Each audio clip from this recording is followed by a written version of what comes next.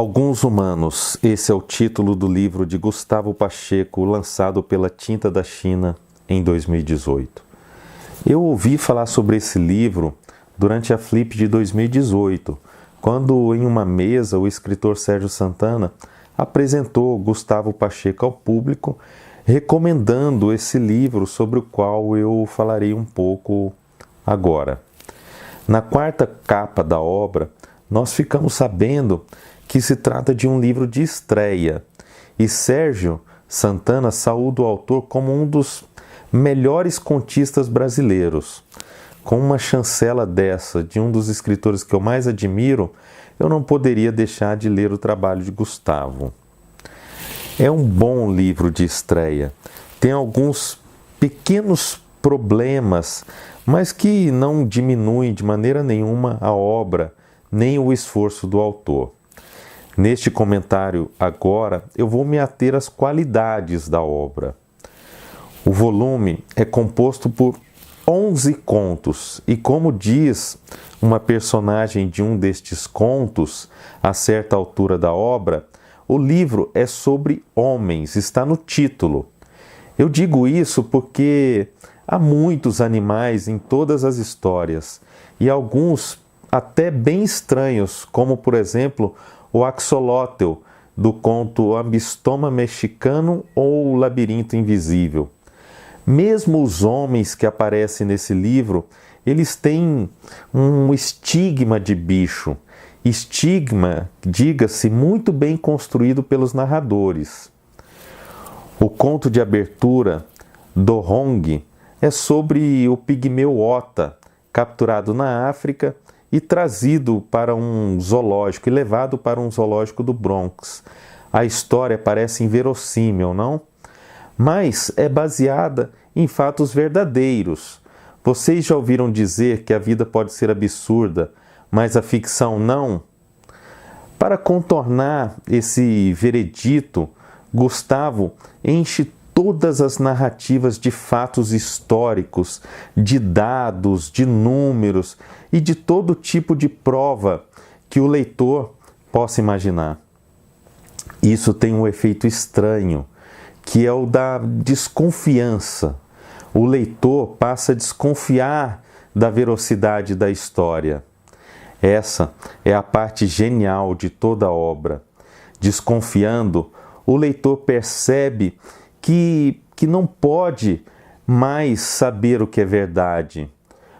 Não pode mais saber o que é verdade e o que é mentira. E é justamente essa a tarefa da ficção, ser simplesmente ficção.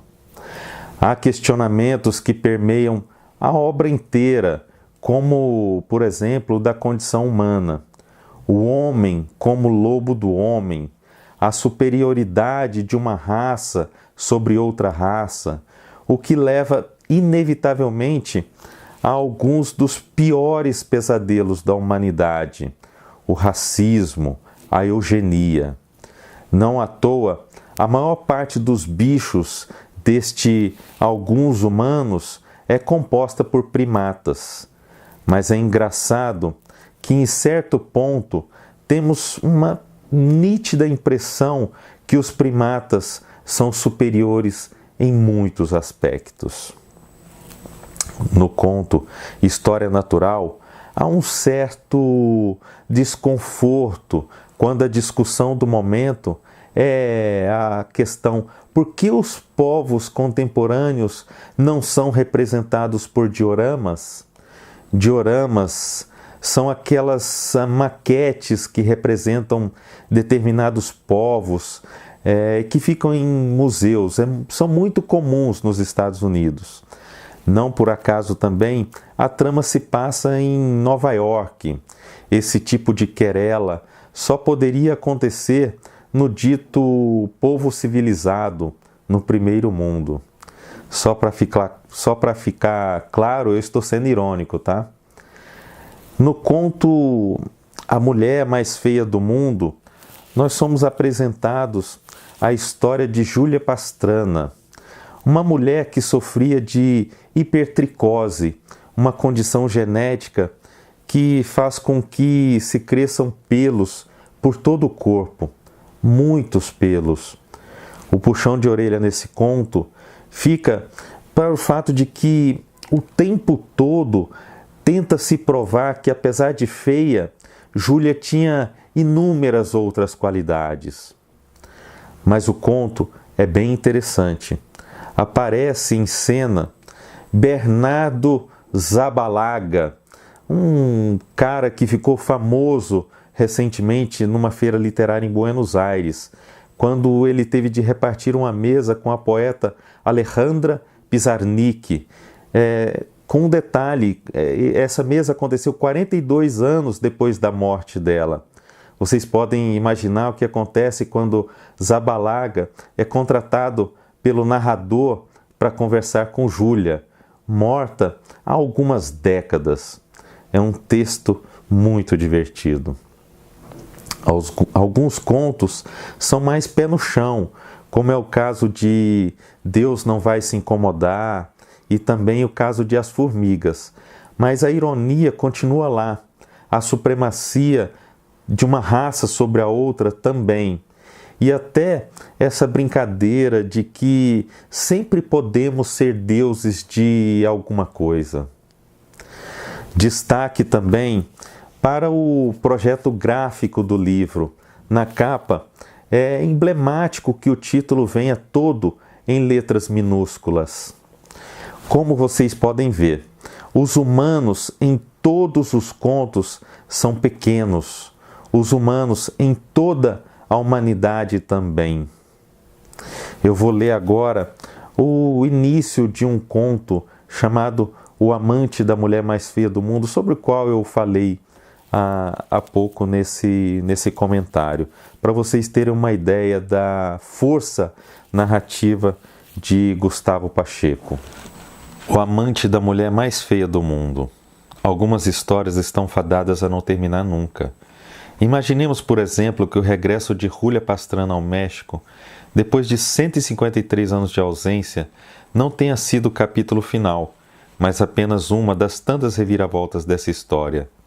Entra em cena um jovem artista mexicano chamado Aníbal Magallanes. Ele nunca havia ouvido falar de Júlia Pastrana até março de 2013, quando lê em um jornal que a múmia da mulher mais feia do mundo, é assim que ela é chamada pelo jornal, havia sido finalmente repatriada. Júlia Pastrana, nascida em 1834 na Serra de Ocorone, no norte de Sinaloa, era portadora de hipertricose lanuginosa congênita e hiperplasia gengival severa, o que causava abundância de pelos em seu corpo e seu rosto e lhe dava feições simiescas. Cantora e bailarina, ela se apresentava em teatros e casas de espetáculos de toda a Europa e dos Estados Unidos. Após sua morte em 1860, seu cadáver foi embalsamado e continuou a ser exibido publicamente por mais de 100 anos, até terminar em um depósito na Universidade de Oslo. E lá teria ficado se Laura Anderson Barbata, artista mexicana radicada em Nova York, não tivesse descoberto seu paradeiro e iniciado um projeto artístico chamado Júlia Pastrana Volta para Casa, que tinha como ponto culminante o retorno dos restos mortais ao México. Aníbal termina de ler a matéria e percebe que encontrou o tema que buscava para se candidatar a uma bolsa do programa Jovens Criadores do Fundo Nacional para a Cultura e as Artes.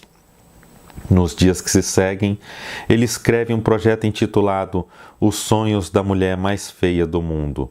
Meu objetivo, diz o texto, é refletir sobre as relações entre o grotesco e o sublime, bem como sobre a polifonia do corpo e as teatralidades de sua performance, a partir de uma investigação sensorial da trajetória de vida de Júlia Pastrana.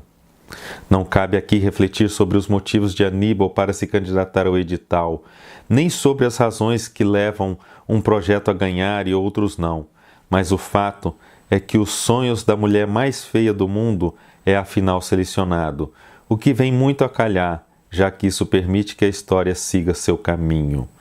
Logo fica claro para Aníbal que não é possível avançar no projeto sem algum entendimento afetivo da realidade vivida por Júlia Pastrana e de como essa realidade era sentida em seu corpo. Aníbal deixa crescer a barba, o que nunca havia feito na vida. Sua barba é muito rala, sobretudo nas laterais do rosto, mas com algum esforço ele consegue cultivar um cavanhaque e um bigode bem razoáveis. Em seguida, ele reúne todo o material iconográfico que conseguiu levantar sobre Rúlia, fotografias, desenhos, programas de espetáculos, e seleciona 5 imagens. Com a ajuda de um figurinista, encomenda 5 vestidos de época com modelos semelhantes aos usados pela artista. Em seguida, se faz fotografar com os vestidos, imitando as posições de Rúlia nas imagens que havia selecionado. No primeiro encontro interdisciplinar de trabalho em que os ganhadores do edital apresentam os resultados preliminares de seus esforços, Aníbal mostra as fotografias com comentários que repetem sem mudanças o texto de seu projeto inicial. A apresentação é considerada satisfatória e é elogiada por seu tutor, um conhecido artista de Monterrey, cujo nome não vem ao caso. À noite, na festa de confraternização, Aníbal faz amizade, enche a cara e cheira cocaína com outros jovens artistas de várias regiões do México. Ele volta para casa satisfeito, convencido de que esse é o seu mundo e de que está no caminho certo. 4 meses se passam e chega o momento do segundo encontro interdisciplinar de trabalho. Nesse meio tempo, Aníbal não fez muita coisa além de passar as noites bebendo, as manhãs dormindo e as tardes flanando pelas ruas da cidade do México.